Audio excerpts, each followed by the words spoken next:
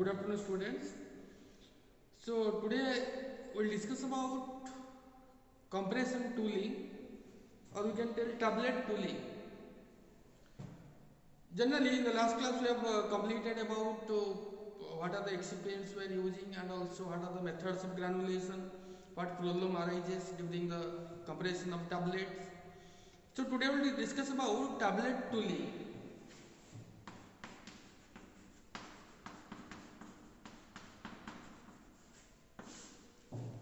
So tablet tooling means generally for the compression of tablet we are using different types of compression machines. It may be a single punch or it may be multiple punch. So the single punch machine or it may be multiple punch machine, but the tooling will be remain somewhat similar. So let us discuss about what are the main important tooling that we are using in the compression machines. The first one, generally we are using hooper.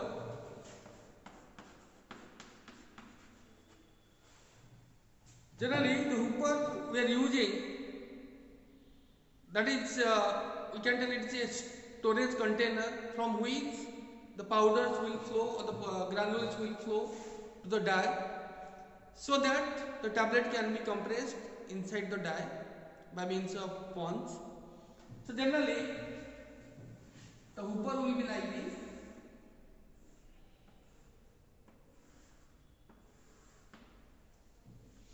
Generally you have to keep the powder particles here and it will flow through this pipe towards the die. Generally the hooper should be, the flow of the powder from the hooper should be good, so that there will not be weight variation between the tablets. It should fill properly, and from this hooper the powder should flow easily towards the die cavity, so that it can be, tablet can be compressed easily in a particular way. The next one, feeding mechanism.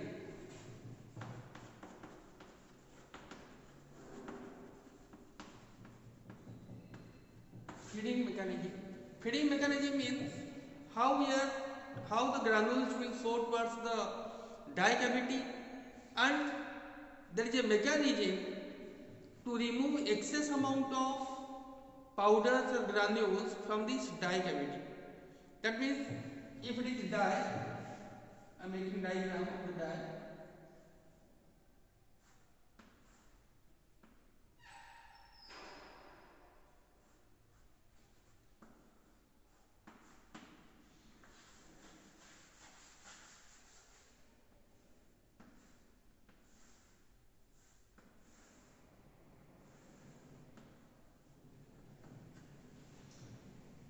So that means the powder will come from the hooper and it will fill on the surface of die. There is a cavity inside of the die that will be filled and it will be compressed by punches. So we can tell that the feeding mechanism, if excess amount of any powders and granules remain on the surface of this die, it will be removed by feeding mechanisms, so that there will be no weight variation of tablets. Then let us discuss about tablet tooling set. Tablet tooling set means mainly we are telling tablet punch and die. Die already I have drawn here. Let us draw about the punches.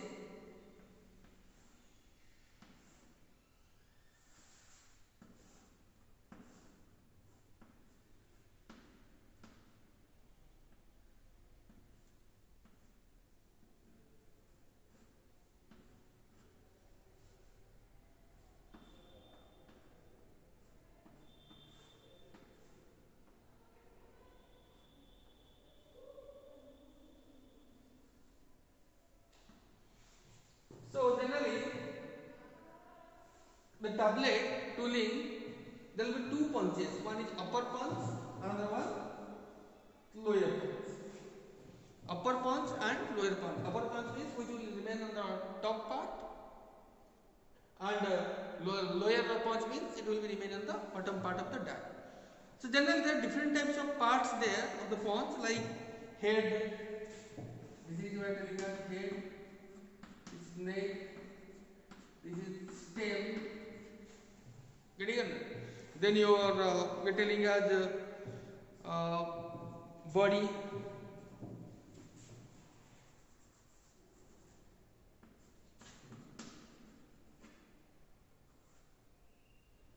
This is your Pons tip. So it is different types of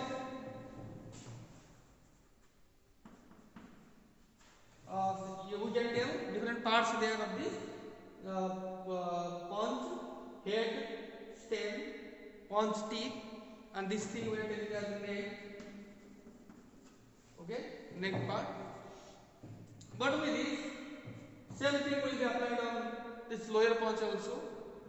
Head, neck, stem, and Pons tip. Generally, the two punches and the die you can see here. Die will be in the middle of the die. There will be one cavity hole. It is a complete section. It is not a different. In the diagram it is looking like two, but it is one shape, one rounded shape, and inside that one hole will be there in the middle. And in this mechanism, what will happen? From the hooper, the granules will flow and it will fill the cavity. Then, during the compression cycle, the two parts, upper Pons and lower Pons will move, and tablet will be compressed here. The tablet will be compressed here. The tablet depends upon the size of this Pons tip. It may be of different sizes, convex sizes, caplet shapes, rounded shape, different types of shapes are there. As per which type of Pons we are using, the tablet will be also like this. Because in the market you can see different types of tablets there. It's not a one type. So that size depends upon these Ponses and die cavity. Which type of Pons and die we are using. So this now let us another part, we will discuss about another part, cam track. Cam track. So cam track means it is your one mechanism which will regulate the movement of this upper Pons and lower Pons. To regulate the movement, because during compression, what will happen? The two Ponses will move towards the die cavity, so that tablet will compress. But in the second step, what will happen? The tablet should come out from the die cavity. Otherwise, we have to remove that tablet. So that's why in that mechanism, what will happen? After compression, this lower Pons will move upward, not upper Pons. So that what will happen? The tablet compressed inside that die cavity will come out from the die, and that will be collected by different feeding mechanism, and that next tablet will be compressed simultaneously. So these are the different tooling set we are using. Now let us discuss about types of equipment we are using. Generally two types of equipment we are using: single Pons and multiple Pons. Or we are telling a single compression machine and multiple Pons compression machine, or multi-station compression machine. Multi-station means at once there will be 12, 18 stations will be there. 12 Ponses will be connected, and at once we will get as per the station, how much station we are using, that much amount of tablet we will get at once. But in case of single Pons, we can compress one tablet and we will get one tablet once. So that's why there are different types of equipments there. So later on I will tell you what is the compression cycle with this, how it is looking like. If you want, you can see in the YouTube also what is single Pons, what is the working of single Pons, because without seeing the instrument you cannot get one idea how it is compressed, how it is running. So better you can see in the YouTube how the single Pons machine working, how the multi-station compression machine working, and what is compression cycle. So let us now discuss about quality control test of tablets.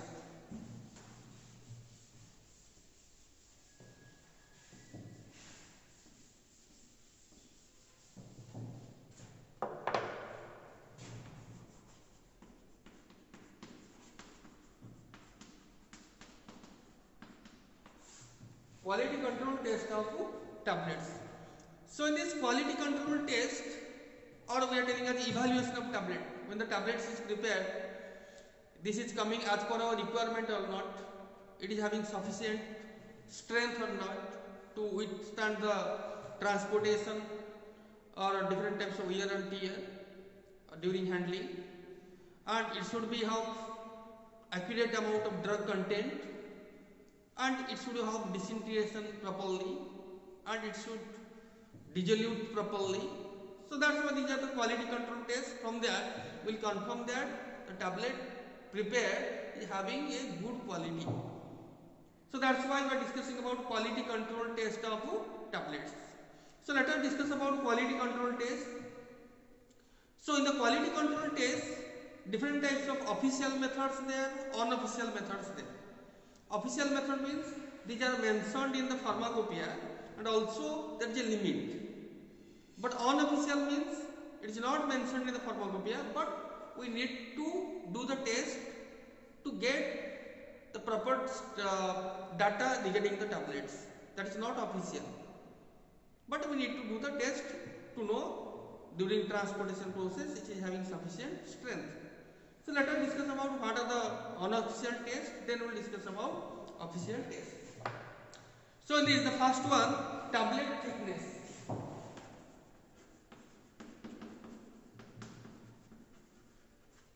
Tablet thickness. So this tablet thickness generally will get by using one slide caliper or digital caliper. So in that what we have to do, we have to find out the size of the tablet. From the top to bottom we have to place under the slide caliper.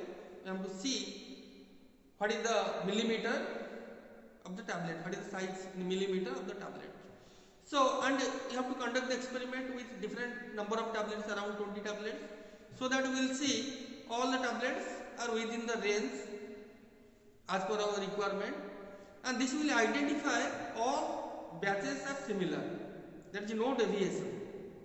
This is not a official, this is unofficial method.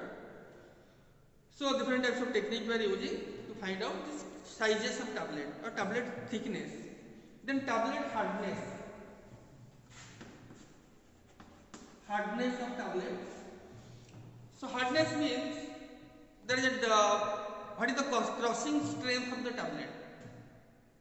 That means how much strength of the tablet is, it can withstand the wear and tear during transportation. So for that there are different types of methods there, different types of instruments we are using, like your Monsanto hardness tester,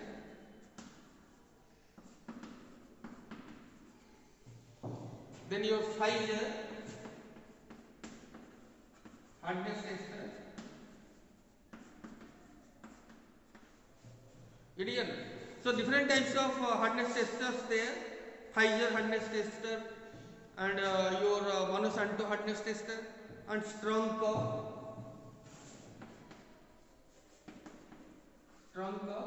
hardness tester. So from this what we have to do in the Monsanto hardness tester, we have to place the tablet and there is a screw under the bottom. When we will rotate, and we have to place the tablet on the top between the two sides, and we have to rotate the screw. So what will happen? Slowly we will see after some time the tablet will cross, and there is a meter on the surface of the hardness tester. From that we will see what is the reading, in which particular point the tablet broke down. So that is the hardness of tablets. Generally it will range from 4 to 6 for the conventional tablet. If it is 4, we are telling it is a good hardness.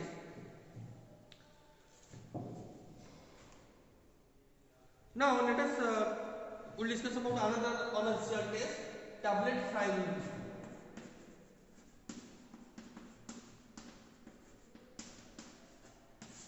Tablet friability, or we are telling as friability test. So for that we are using one instrument that is known as Roche friability test apparatus.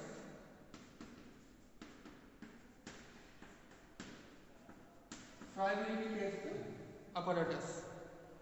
So by using that apparatus, we can easily test the what is the friability test. So in that, what will happen? There is a drum which can rotate, and generally what we are doing, we are placing the tablets here. Okay, we are placing the tablets here. So slowly what will happen, when it will rotate, the tablet will fall down from a height. Generally its diameter is 350 mm, and the height is 3.5 mm. Okay, so from that height the tablet will fall down, and the instrument is rotating in 25 rpm. 25 rpm means 25 revolution per minute. Generally, as per specification, that should be 100 revolutions. That means the rotation should be 100. That means we have to continue the experiment up to 4 minutes. Then we can get the friability of the tablets. In that procedure, what you have to do generally, you have to take, suppose you are taking 10 tablets, you have to take initial weight of 10 tablets, then you have to put in the instrument, you have to run the instrument for 4 minutes. Then after 100 revolutions or 4 minutes, we have to take once again the 10 tablets, and we have to take the final weight, and we have to find out percentage friability, because the initial weight and final weight will be definitely different. So the percentage should be less than 1%. Then if it is less than 1%, then the back, we can tell the tablet passes the test. So like that, some of these are the unofficial. With this, there are different types of official tests also there. Let us discuss about official test.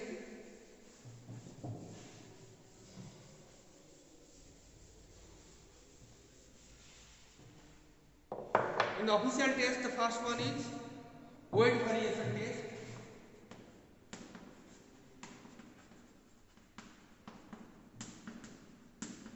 Weight variation test. In the weight variation test, generally we have to take 20 tablets. We have to take the weight of the 20 tablets. Then we have to calculate average weight. Then after taking the average weight, we have to weigh individual tablets. Then we have to find out what is the difference between average weight of the tablets and individual weight of the tablets. What is the variation? Generally, there is a specification given as per different pharmacopoeias. If a tablet weight is less than 130 milligram, then the specification told the weight variation should be within the range of 10%. If it is 132, 324, then we are telling us the range will be 7.5%. The weight variation will be 7.5%. If it is more than 324 milligram, then the weight variation should be 5%. Should be 5% range. That means if it is staying within this range as per the tablet weight, then we have to pass it. That means if the tablet weight is more than 500 milligram, the test range will be different. If it is within the range, the specification is different. Now the next one, content uniformity test.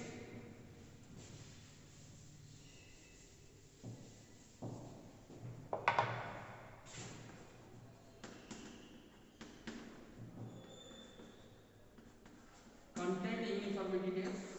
In this, we have to find out the drug present in individual tablet should be of accurate as per the dose. Content uniformity means uniformly drug is distributed in every tablet. For that, we have to carry out the assay method. Assay means we have to find out the drug content of individual tablets. So for that, we need to take first 30 tablets. Randomly we have to take from the bag 30 tablets. From this first test, we have to take 10 tablets. From this 30, we have to take 10 tablets. So from this 10 tablets, no tablet should cross the limit of 75 to 125%. And all tablets should be within the range of 85 to 115%. 85% to 115%. All tablets. If one tablet cross this limit, then tablet fails. Once again, if this is failed, first test failed, then once again we have to take 10 tablets. That means how many tablets we have taken? 20 tablets. First 10 tablets, second 10 tablets, 20 tablets. From this 20 tablets, no tablet should cross this limit. No tablet should cross this limit. If it is failed once again, then we have to take another 10 tablets. We have to go for the test. And from this 30, also no tablet should cross this limit. Then only it will be passed. Otherwise, the batch will be failed. Next one, we'll discuss about another test, official test, disintegration test.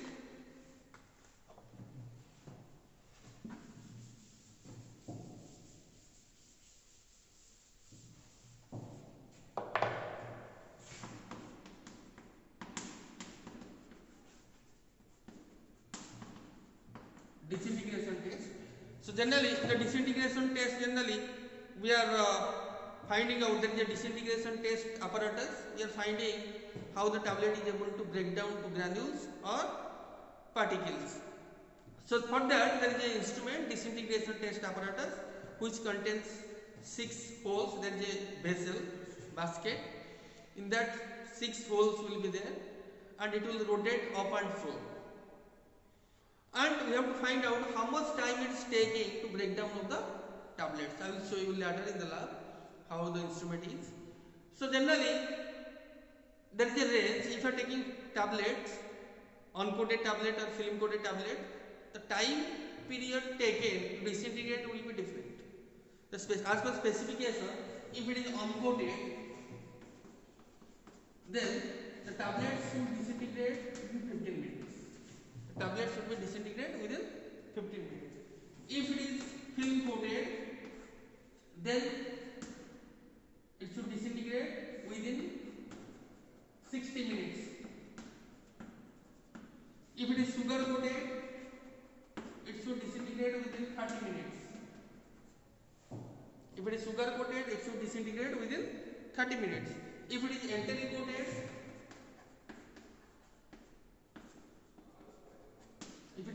coated, for that you have to take 2 solutions. One is acidic medium, another one alkaline medium. So for that we are taking acidic medium 0.1 normal HCl, and for alkaline medium phosphate buffer. So first of all we have to carry out the test in 0.1 normal HCl, and within 1 hour the tablet should not disintegrate. The 0.1 normal HCl, the tablet should not disintegrate within 1 hour. After 1 hour, we have to remove the same tablet. We have to place in phosphate buffer. In the phosphate buffer, within 2 hours, the tablet should disintegrate. If it disintegrates within 2 hours in phosphate buffer, then it passes. Otherwise, it failed. So these are the specifications given. And with this, if it is dispersible tablet or effervescent tablet, then it should disintegrate within 3 minutes. Otherwise it will fail. Now let us discuss about dissolution test apparatus. So let us discuss about dissolution test apparatus and tablet coating in the next class. In the next video I will upload it. Dissolution test apparatus and coating of tablets. With this we can complete the tablets. Thank you.